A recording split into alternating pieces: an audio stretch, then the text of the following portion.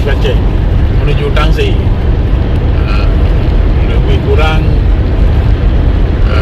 3 jam lagi kami akan sampai ke tujuan, ke desa Payakuci Tangsi, dalam rangka takziah pada keluarga Abdul Wahab Saguk Payakuci bersama Pak Tarmizi, kemudian Pak Mustaqim, saya sendiri Muhammad Zainul Abrar. Fikir dulu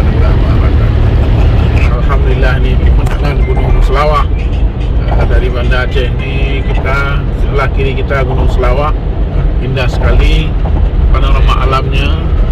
Cocok sebenarnya Aceh ni adalah tempat-tempat dikunjungi oleh para wisatawan lokal maupun mancanegara. Alhamdulillah kita ini akan menuju kota Tangsi ya, dengan pemandangan panorama alam yang sangat indah. Ini siapa yang melihat, apalagi teman kita ini yang dari Swedia nih, pasti dia sangat terkesan tadi katanya.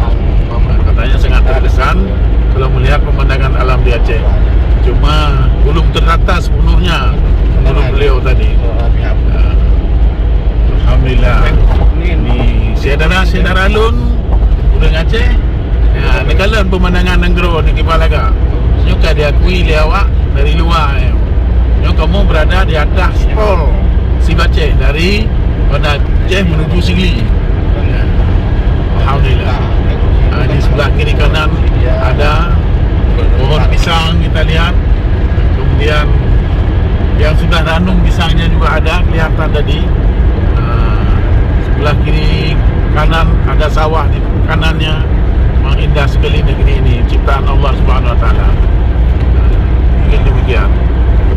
Pintu gerbang tol Lantamot.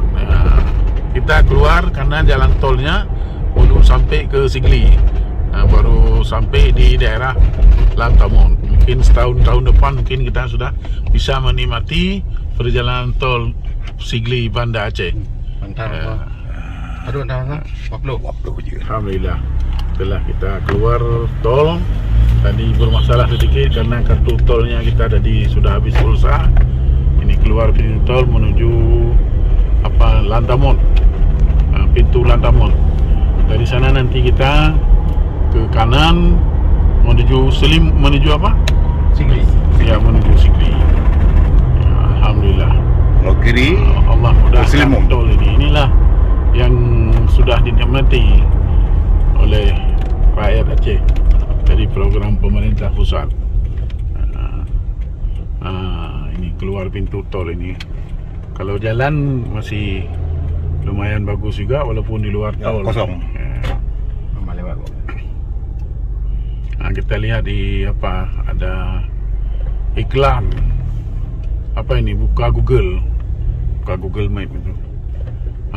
Ini masih ada hutan-hutan yang siap untuk membeli tanah. Tandus yang siap membeli barangkali nanti mau bangun satu atau dua toko di pintu tol, boleh hubungi ini si Kedua Hill.